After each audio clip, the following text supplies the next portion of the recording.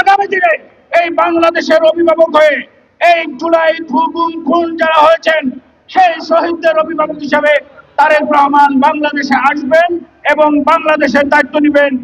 আপনাদেরকে 5 বছর উপদেষ্টা দেখার জন্য না, আপনাদের নতুন পার্টিকে মাথায় তুলে নাচার জন্য জীবন দেওয়া হয় না। এদেশের মানুষের রক্ত দিয়ে যে নতুন স্বাধীনতা এনেছে সেই স্বাধীনতার স্বাদ ভোগ করতে হলে একটি সঠিক সুন্দর নির্বাচন দিতে হবে বাংলাদেশের মাটিতে।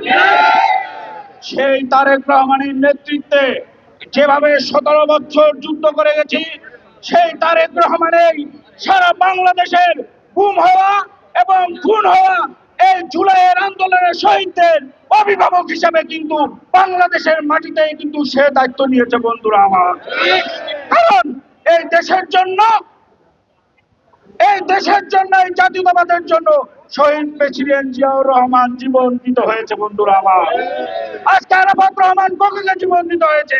অতএব এই নির্যাতিত মানুষ এবং এই নির্যাতিত মানুষের পরিবারের দায় ভার তারেক রহমানই নিতে পারবেন ইনশাআল্লাহ।